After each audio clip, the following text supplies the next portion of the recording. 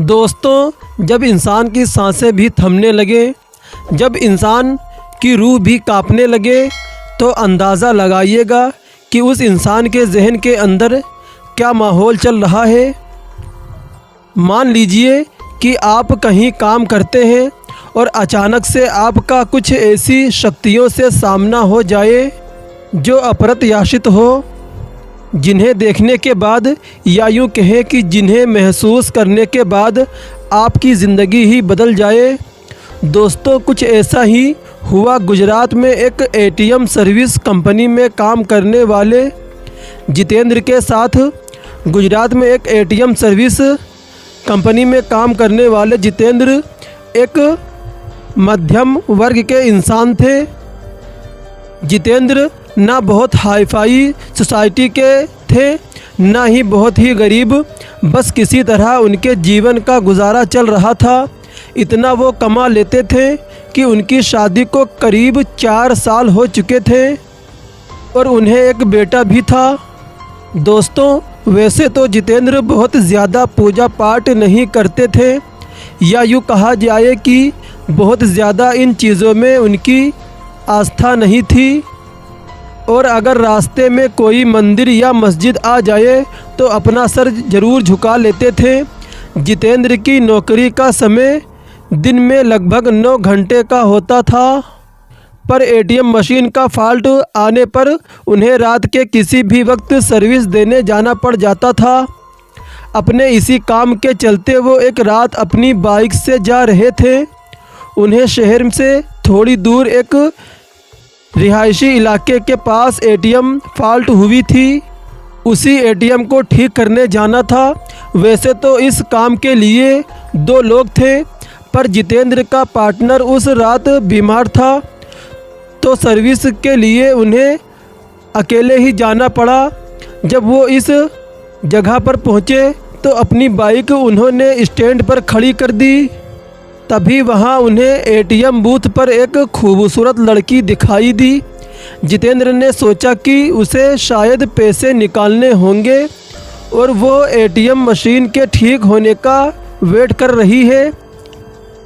Fault ठीक करने के लिए उसे जैसे ही जितेंद्र एटीएम बूथ के अंदर गए तो वो लड़की भी पीछे पीछे अंदर जाने लगी। फिर सिक्योरिटी गार्ड ने उन्हें बाहर रोकने के लिए कहा। अब जितेंद्र अपना काम शुरू कर चुके थे, तभी अचानक उनकी नज़र उस एटीएम के बाहर पड़ी। वहां उन्होंने जो देखा उसे देख करके उनके पसीने छूट गए। उन्होंने देखा बाहर जो लड़की खड़ी थी, अब वो वहां पर नज़र नहीं आ रही थी। उन्होंने चारों तरफ नज़र घुमाई, लेकिन उन्हें कोई नहीं दिखाई दिया। जितेंद्र बहुत परेशान हुआ। उनकी परेशानी बढ़ने लगी, क्योंकि रात का समय था, वीरान सन्नाटा था और एटीएम जहां पर था वहां छोटा मोटा जंगल हुआ था। यहां तक कि उस जगह पर कुछ लाशों को भी दफनाया जाता था। हो सकता है यही सोच करके उनकी उत्सुकता बढ़ गई हो। उन्होंने दरवाजे से बाहर झांक करके देखा तो उनके रोंगटे खड़े हो गए और उनके रगों में बहता हुआ खून भी बर्फ़ के जैसे जम गया था, क्योंकि बाहर खड़ी लड़की का चेहरा बुरी तरीके से बिगड़ा हुआ था और वो एटीएम गार्ड का सर अपने हाथ में लिए खड़ी थी और वो लड़की जितेंद्र को और घूर घूर करके देख रही थी। और ये सब देख करके जितेंद्र का दिल बेतहाशा तेज़ी से धड़कने लगा। उन्होंने वहाँ से नज़रें हटा ली और सोचा कि वो हो सकता है कि ये उनका भ्रम हो। वो ये सब सोच रहे थे कि तभी अचानक उनके सीनियर का फ़ोन बज उठा। ये फ़ोन वहाँ का फॉल्ट जल्दी ठीक करने के लिए था। कांपते कांपते जितेंद्र फिर से काम पर लग गए। थोड़ी ही देर में उन्होंने एटीएम मशीन ठीक कर ली। इस बार एटीएम बूथ के बाहर देखने पर सब नॉर्मल लग रहा था और वो लड़की भी वहाँ खड़ी नहीं थी और एटीएम बूथ का गार्ड भी उसके आसपास आराम से खड़ा था। फिर जितेंद्र ने सोचा कि पहले जो भी देखा होगा वो सब उसका भ्रम ही होगा। वो काम निपटाकर सीधा अपनी बाइक की ओर दौड़ा और जाने से पहले उसने एक बार फिर एटीएम बूथ पर नज़र डाली। तब एक बार फिर से उसका दिल दहल गया। एक बार फिर बाहर खड़ी लड़की एटीएम गार्ड का सर अपने हाथ में लिए खड़ी थी। इस भयानक नज़ारे को देखकर जितेंद्र बुरी तरह से डर गया और जितेंद्र वहां से फ़ौरन ही भाग निकला। और वापस लौटते वक्त भी उसे बार बार ये आभास हो रहा था कि उसकी बाइक के साथ कोई ना कोई तो चल रहा है।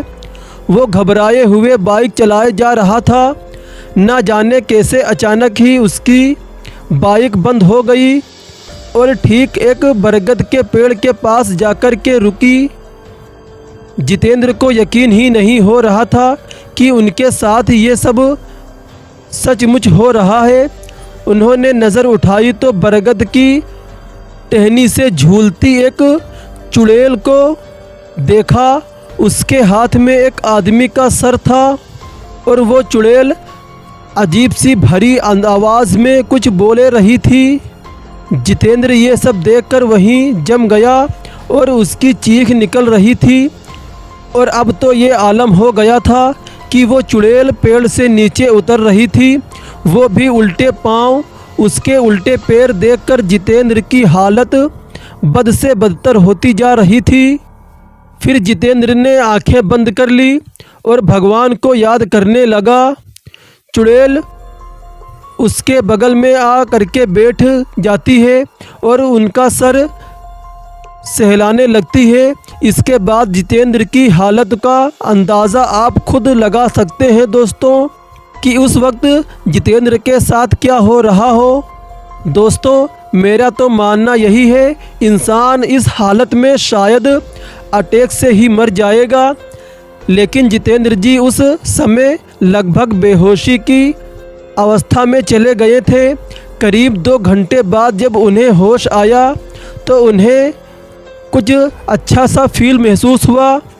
फिर उन्होंने देखा कि उनके सर पर बाल ही नहीं थे।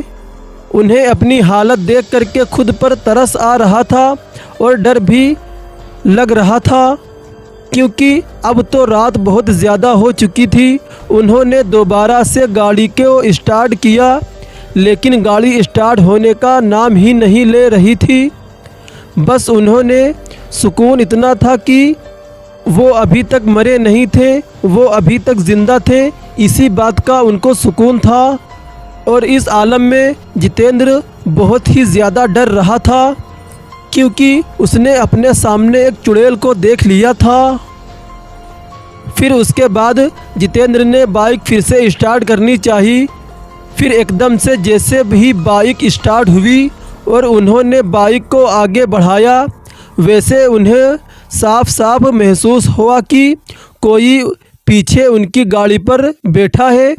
कोई दिख तो नहीं रहा था, लेकिन उन्हें दोबारा से साफ साफ एहसास हुआ कि किसी ने उनके कंधे पर हाथ रखा है। फिर जितेंद्र वहीं पर हड़बड़ाकर ही गिर पड़े और वहीं पर बेहोश हो गए। और उन्हें जब होश आया तो वो एक हॉस्पिटल में थे। कुछ स्थानीय लोगों ने वहां उन्हें बेहोश पड़ा देखकर हॉस्पिटल पहुंचा दिया था।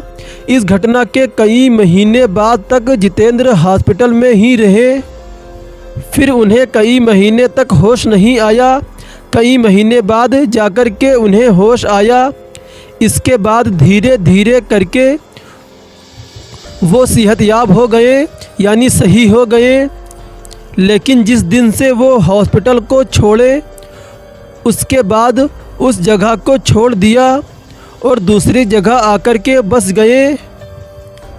दोस्तों डर इतनी बुरी चीज़ होती है कि जो इंसान को बर्बाद करने में वक्त भी नहीं लगाती है।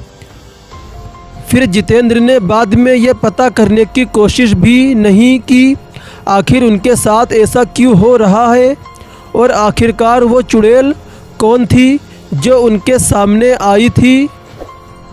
तो दोस्तों आपको क्या लगता है, वो चुड़ैल कौन थी जो जितेंद्र के सामने आई थी? प्लीज़ हमें कमेंट करके ज़रूर बताएं।